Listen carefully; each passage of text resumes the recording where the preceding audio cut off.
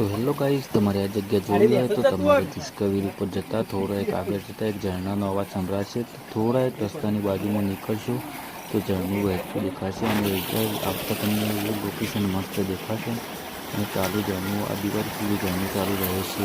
અહીંયા અમે ગયા અને 1 કલાક સુધી બેસી રહ્યા આ ઝરણાની મોજ લીધી. તો તમે પણ જોઈ શકો છો કે ઝરણું કેટલું સુંદર અને મસ્ત રીતે જાય છે. તો એડવેન્ચરનો લાભ લેવો હોય તો તમે આ પણ ડિસ્કવરીના ઉપર છે મંદિર ઉપર ચડતા વાટમાં તમને આ ઝરણું દેખાશે. આ ઝરણું સીટ નીચે સુધી આવી રીતના પાણી પડે છે એટલે એટલું સરસ લાગે છે તો તમને જોઈને મજા આવશે.